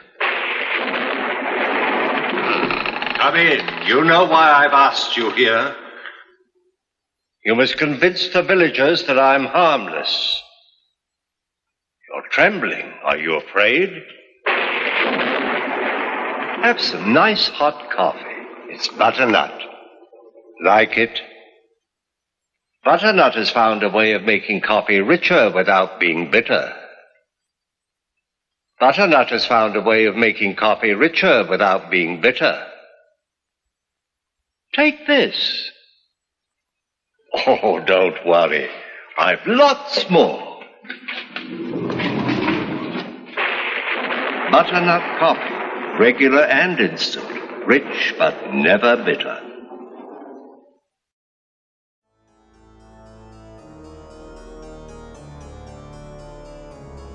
Hi guys, it's Christopher Durand here from Halloween H2O. You're watching Monster Manor. Enjoy it.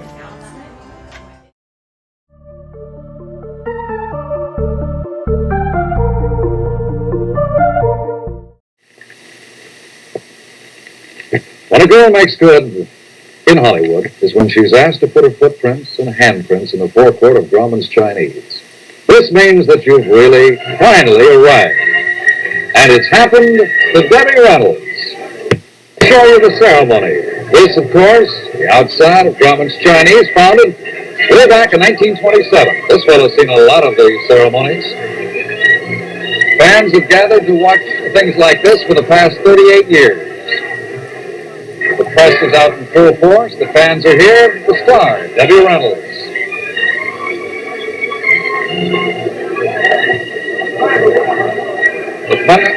The finishing touches on the cement before Debbie messes it up, who writes her name in there.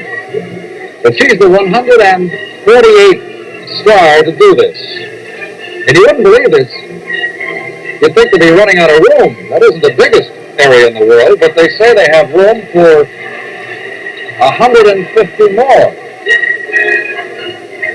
How did it all start? Back in 1927, Norma Talmadge was the first. She accidentally stepped into wet cement while visiting the theater with Mary Pickford and Douglas Fairbanks Sr. That's supposed to be where it started. Sid Grauman was there, thought it was a good idea, and ever since, the famous have been doing it. Who gets to put their feet there? In the olden days, it was Sid's job. He'd just pick whoever he wanted to be honored in such a way. But today, the stars are chosen by a committee from the National General Corporation, who owns the theater. Now, it just isn't as easy as it looks, as you know if you've written in any cement lately. You have to write very carefully, use long, slow strokes. She's using wooden sticks. Besides the signatures, the handprints, the footprints, John Barrymore's profile is in the forecourt. Al Jolson's knee print. Betty Gravel's legs. Charlie McCarthy's monocle and top hat. Bob Hope's nose. Animals, too, are honored. Tom Mix's horse, Tony. Gene Autry's horse, Champion. Roy Rogers' horse, Trigger. They're all there. But after the ceremony was completed, with Debbie leaving her footprints to posterity, the press closed in and she was asked how it all started. In the business? Well, that's a long story. My goodness, I lived in Burbank all my life. Not all my life, I'm from Texas originally. And I entered a bathing beauty contest in Burbank called Miss Burbank. And I won the contest, and they took me to Warner Brothers. I think we're getting shoved out of here. And, trying to tell us something. And I made a screen test, and that's how it started. How old were you? 16. And have you ever regretted it, Debbie? No, I haven't. Got to do all over again, you'd do the same thing. Yes, I would. What do you like I about might Hollywood? have started a little later. I think that it's good to finish school and stay young as long as you can be young. That only happens once. No, yes, but only when you have children, you look at your children. Then when they say, Mommy, I want to be in the movies, you say to yourself, well, I would rather have them finish school and have their friends and go to college and all of that before they start to work, because it is work. Would you have your children follow in your footsteps? Well, if they want to. I would prefer the boy not to, but that's up to them. I'm not going to tell them what to choose for their life. My parents didn't tell me, and it worked out fine for both my brother and myself, so I wouldn't know. I wouldn't tell them. I'd try to influence them if I can. Why the boy and not the girl? Well, I think it's a much more difficult business for a man than a woman. Why? Because I think it's more unstable. It's an unstable business. It's an insecure business. It's one of, it's a dream world. It's not as secure as any other business. And I think that for a man who has a family, and a man has all the responsibility, a woman doesn't. A woman has the responsibility of raising her children and all, but she doesn't have to support them necessarily. I mean, usually that's the man's job.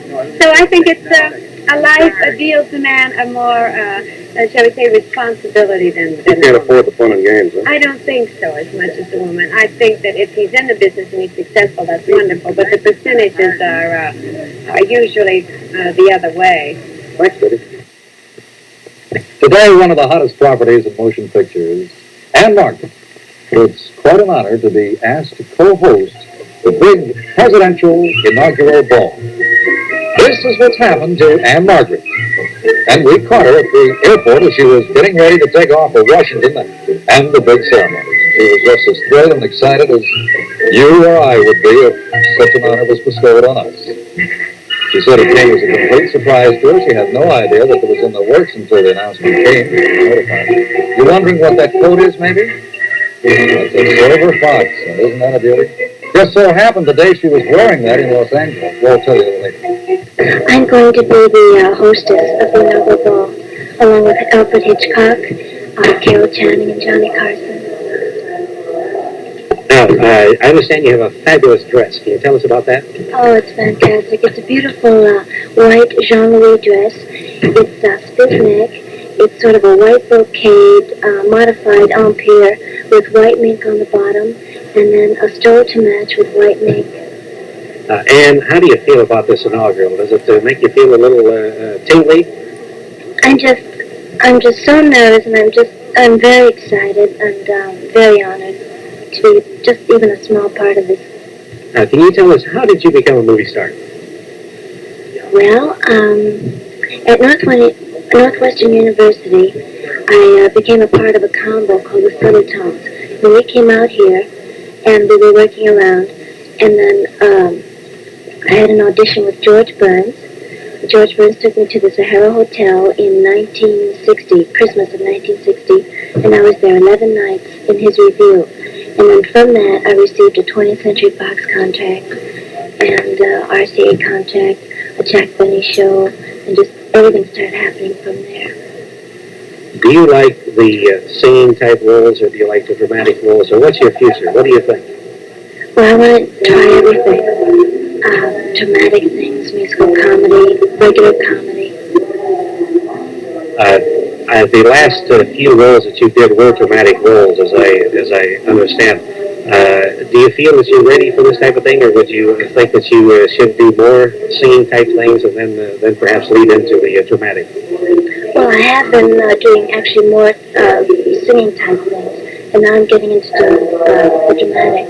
But I want to intersperse the two, because if I keep doing dramatic things, they'll have to put me in a cage, because I get so emotionally wrought up. Dan, thank you very much, and good luck to you. Thank you so much. Anne Margaret, born in Sweden, came to Illinois at age 3. Now a movie queen. Now the thing about the fur coat, it was 85 this day in Los Angeles. It was a little incongruous. Everybody's around in shirt sleeves. You don't see them there. All messed up like they should be. But outside there in shirt sleeves, she's got a silver fox full-length coat. But it was chilly, as you know, in Washington. Boy, it was fun to keep. However, she got out of it soon. 9 o'clock, time to take off. What an experience. This young girl, Anne Margaret, off to Washington on the presidential gala. Motion picture exhibitors will tell you that the majority of the audiences to today's movies are made up of youngsters. Naturally, a great majority of the pictures are geared toward this audience. To give you an idea, the picture Young Lovers, starring Peter Fonda, Sharon Hughany. The locale is supposedly a campus of a California college. Actually, many of the scenes were filmed right down here on the beaches of Malibu. We'll show you how a picture is made. But first of all, let's take a look and see the finished product. This is a scene from the picture. Good. Mark will never be finished before the period's over, so hurry up. Very good, Lynn.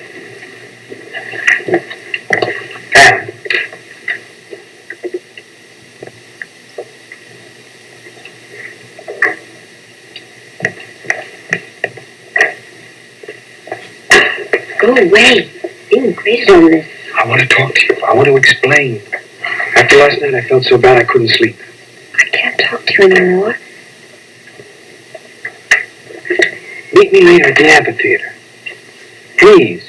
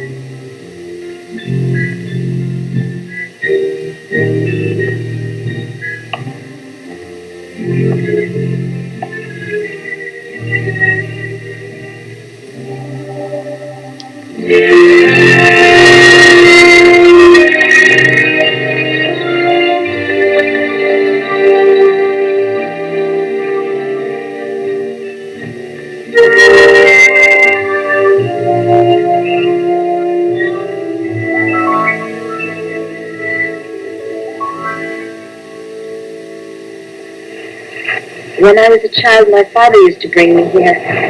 He'd pretend that the beach was the whole wide world and that we were the only people in it. Those rocks over there. An enchanted castle. Away from everything. And I'd be a princess. All you needed was a prince. What would you do if you saw a dragon right now? Well, now, you got to understand about dragons. Underneath, they're very shy. That's why you don't see too many of them. Oh. Oh, Eddie. I wish everything would stop and stand still and be just the way it is now always. What do you wish? You know, I wish for what I always wish for. Just to be Eddie with Pam.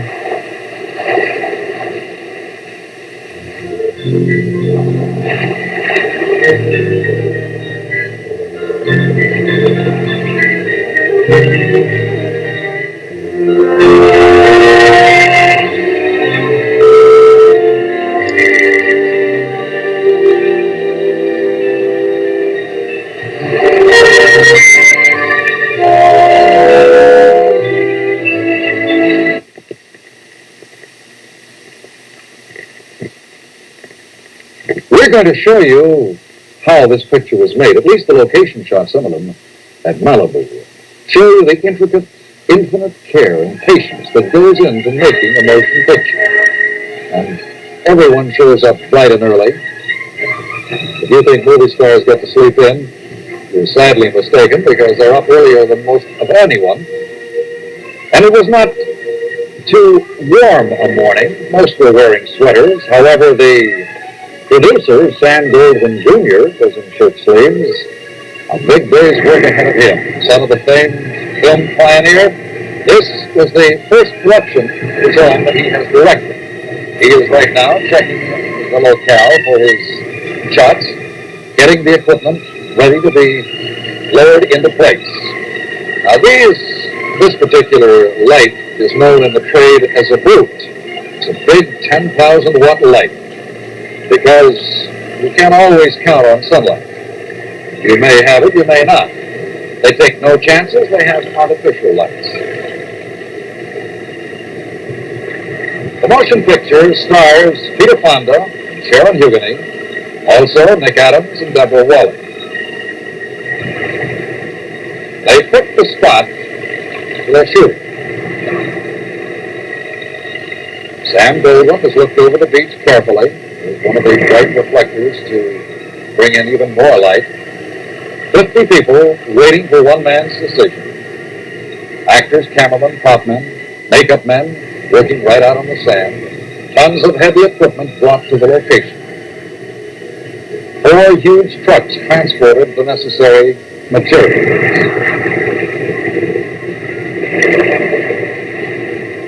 A location like this requires days of planning by men like the production manager, Clem Beecham, assistant director, Joseph Bean, and producer Goldwyn. Giving last-minute instructions, Sam Goldwyn Jr. to Sharon Hugheny. He shows them where they want the scene to begin. Few last-minute preparations. They'll be ready. The lightmen, the cablemen, soundmen, all getting set.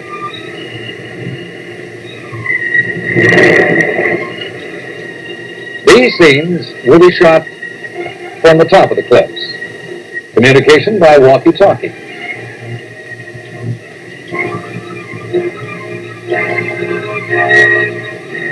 Sharon has given her cue, and she's ready to go. Now we have some of the actual sound of the location shooting. We'll let you hear how it goes. Sam Goldwyn, the producing director, at the top of the cliff. Okay, kids. Wait a minute.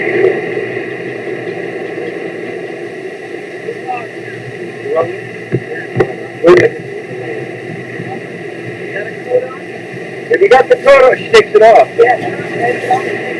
Sharon, honey, you've got to take your coat off during this shot.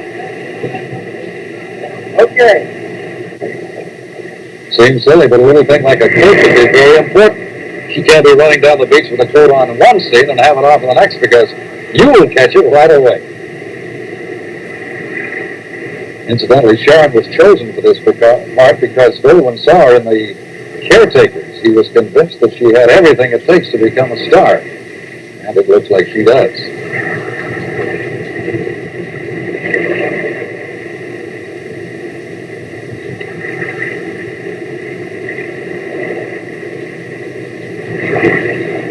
That looks like a take, a print.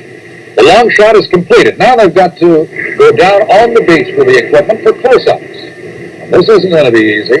They'll have to lower that equipment down to the beach. Now, these are wooden tracks laid for the cameras in their dolly shots. You see, actors come down the beach.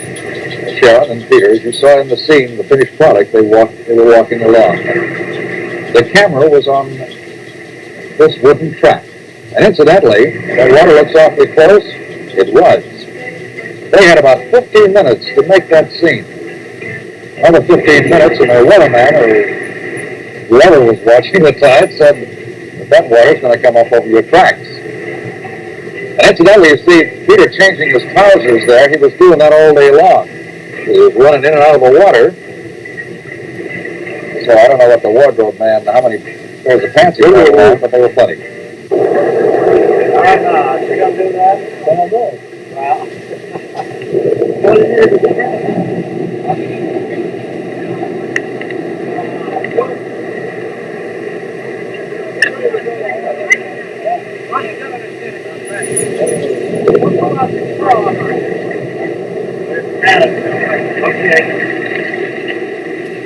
Now what happened there in the middle?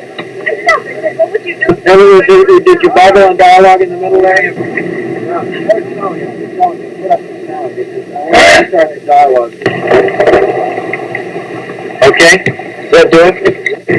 That does it. They got the scene. They have more close-ups to come. They're going to the cave for a dramatic love scene. But it was time for lunch now. And this is something. Why is it something? I don't know what it is about location, but everybody eats like there's no tomorrow when the Russians are in Gloucester. Really brings out the appetite. Over 50 people to feed.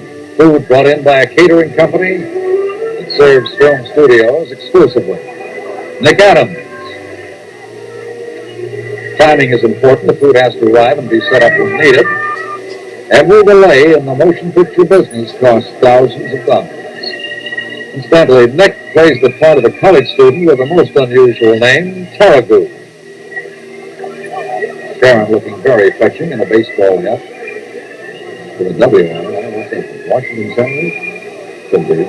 Or the Wenatchee, one or the other.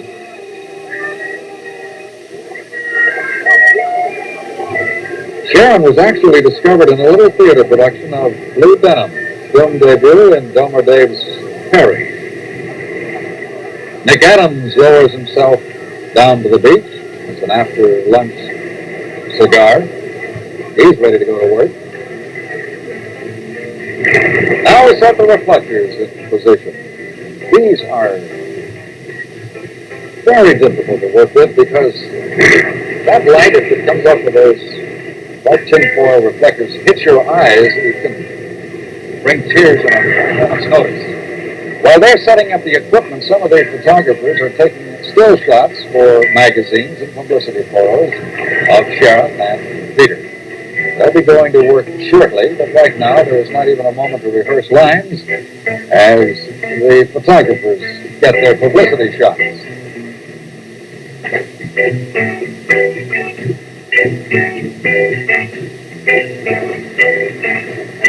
Now we're ready for the very dramatic cave scene. Let's listen.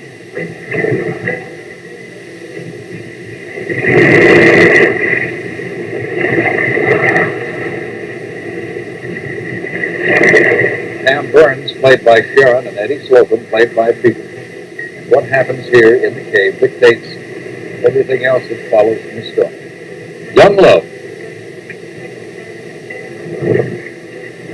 This is a long shot. You know, many times in studios they will use a photographic background of a certain. This is the real thing.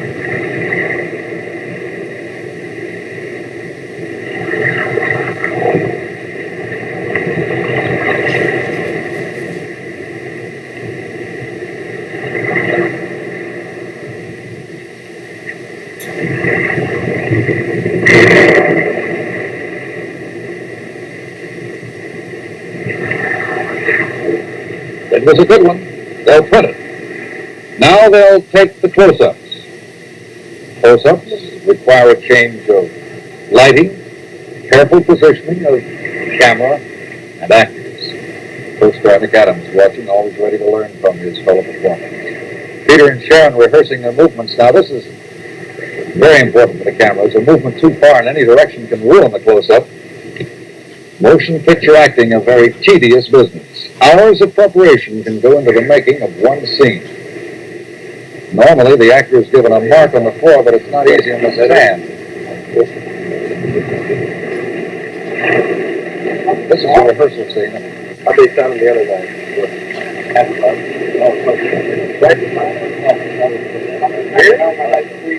All right, we're ready. Okay, Sam? Anytime. Here we go. Roll. All right. Okay. Set. Action.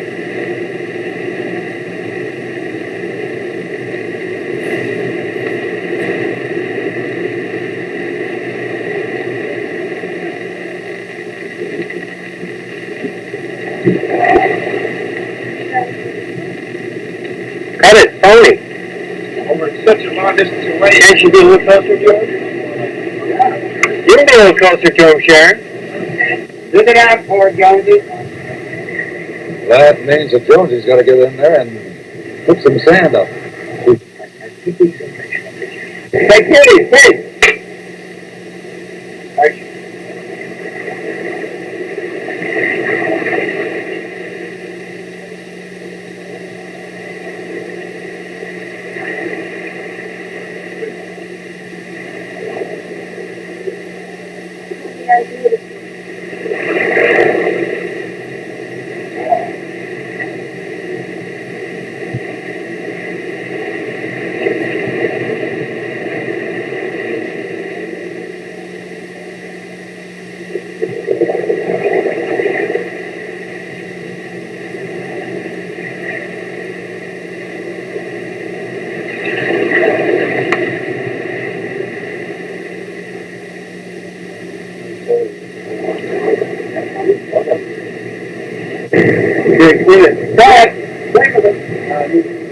That's how they made young lovers on the beach at Malibu.